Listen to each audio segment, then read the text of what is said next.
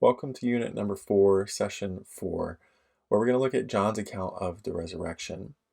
John is more unique than the other three Gospels that we've looked at. The other three Gospels are called a synoptic Gospel, where they sort of tell so many of the same stories. They seem to see things from largely the same angle. John is different. He's not a synoptic Gospel. He's providing things from a different perspective, and so that makes for some interesting observations about the book. For example, Mary Magdalene is alone when she discovers Jesus, whereas in the other stories there have been multiple women.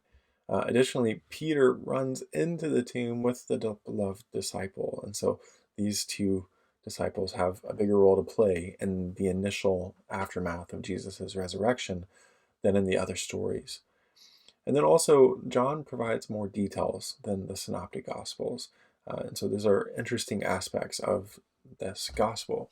And he has much more dialogue. There's a lot more conversation going on around the time of the resurrection than we see in Matthew, Mark, or Luke. Now, let's look, for example, at the story of the doubting Thomas. So we'll look just for this one example. And so it says this, but Thomas, who is called the twin, one of the 12, was not with them when Jesus came. So the other disciples told him, "We've seen the Lord." But he said to them, "Unless I see the mark of the nail in his hands, and put my finger in the mark of the nails, and my hand in his side, I will not believe." A week later, his disciples were again in the house, and Thomas was with them.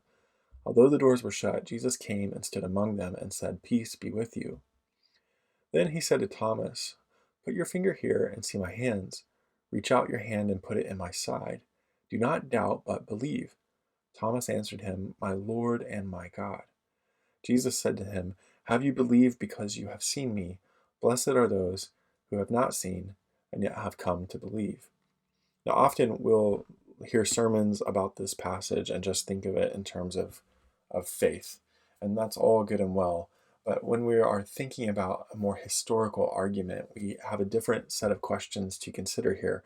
What does this teach us about um, how people were interacting with Jesus and how they framed that interaction after the resurrection?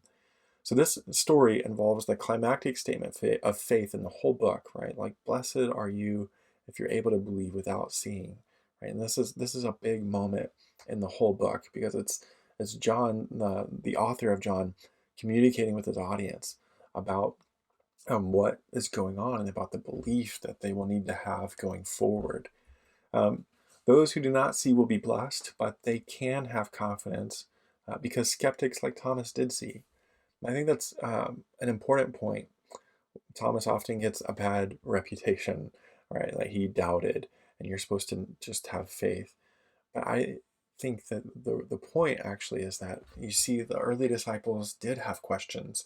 They did wonder what was going on. And one went so far as to say, "I won't believe unless I touch him." Right. And then the story is that he did get to see him. And he did get to do the things that he needed to do to believe. And so based on that, we are in good company. Like we can follow that and trust that Jesus really did raise from the dead. And note that no matter how you cut it, the gospel completely affirms the physical nature of Jesus's body. Okay, so this is not a spiritual existence after death. And that's the whole point of the story, is that Thomas is so convinced that it probably is an illusion or a hallucination that he has to see Jesus's physical body and confirm it. And that's exactly what happens. He confirms that Jesus is a physical body.